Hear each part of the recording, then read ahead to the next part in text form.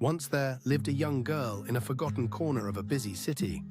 Her name was Meera. She was not born into wealth or comfort.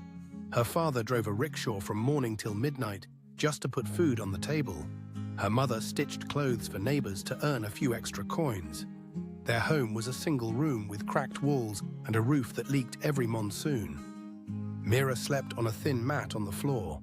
Her clothes were old and faded. Her notebooks were filled with pages she had used on both sides to save money. But inside her chest beat a heart full of fire. She had a dream. A dream so big that even she was sometimes scared to speak it out loud. She wanted to become a doctor. Not just any doctor, but one who would serve people who could not afford treatment. She wanted to build a clinic where the poor could walk in without fear of being turned away. But every time Meera dared to share her dream with anyone, they shook their heads in disbelief. Her neighbors said, "A rickshaw driver's daughter becoming a doctor?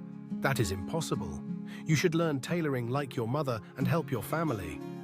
Her relatives said, "Why waste time on such foolish thoughts? Girls like you should focus on getting married and settling down." Even some of her classmates whispered behind her back, "She thinks she is special, but she will fail just like everyone else from her background." Their words were like stones thrown at her dream. Each word chipped away at her confidence. Each laugh made her question herself. Slowly, doubt began to creep into her mind like a silent thief. At night, she would lie awake and think, "What if they are right? What if I am just fooling myself? What if I am not smart enough, not strong enough, not worthy enough?"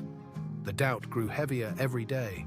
It sat on her shoulders like a weight she could not shake off. It whispered in her ear during exams. It made her hands tremble when she held her pen.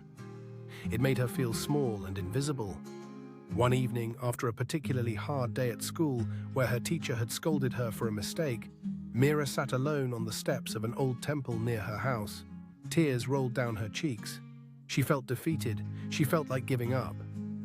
Just then, an elderly woman came and sat beside her. The woman had kind eyes and a gentle smile. She wore simple clothes and carried a walking stick. She looked at Meera and said, "Why do you cry, child?" Meera wiped her tears and said, "I have a dream, but everyone tells me it is impossible. They say I am not capable, and now I am starting to believe them. Maybe they are right. Maybe I should just give up." The old woman listened carefully. Then she reached into her bag and pulled out a small seed. She placed it in Meera's palm and said, "Tell me, what do you see?" Meera looked at the tiny seed and said, "It is just a seed." The woman smiled and said, "Yes, it is just a seed, small, fragile, easy to crush. But tell me, does this seed know it will become a tree? Does it doubt its future? Does it listen to the wind that says you are too small, or the rain that says you are too weak?" Meera shook her head slowly. The woman continued, "No, it does not. Because deep inside this tiny seed is written the blueprint of a mighty tree. It does not need permission from the soil. It does not need approval from the sky. It simply needs to be planted, watered, and given time. The seed does not doubt. It simply grows." She looked into Meera's eyes and said, "You are like this seed, my child. Inside you is everything you need to become what you dream of. But doubt is like a worm that eats the seed from inside. If you let doubt live in your heart, it will destroy you before you even begin to grow. You must learn the secret to overcoming doubt." Meera leaned forward with hope in her eyes and asked, "What is the secret?" The old woman said, "The secret is this. Doubt grows in darkness. It feeds on your fears, your loneliness, your silence. But the moment you bring it into the light, it begins to lose power. You must speak to your doubt. You must question it. You must challenge it with action."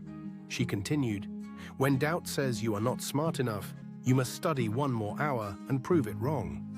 When doubt says you are not strong enough, you must wake up 1 more day and keep walking. When doubt says you are not worthy, you must look in the mirror and remind yourself of every small victory you have ever won. Doubt is not your enemy, it is a test, and every time you act despite the doubt, you pass that test." Meera felt something shift inside her. The old woman stood up, touched Meera's head gently and said, "Remember, child, the world will always doubt you, but the real battle is won or lost inside your own mind. Protect your dream like a mother protects her child. Feed it with action, discipline, and faith, and one day you will stand tall like a tree and give shade to those who once doubted you." The woman walked away, leaving Meera holding the seed in her hand. That night, Meera did not sleep.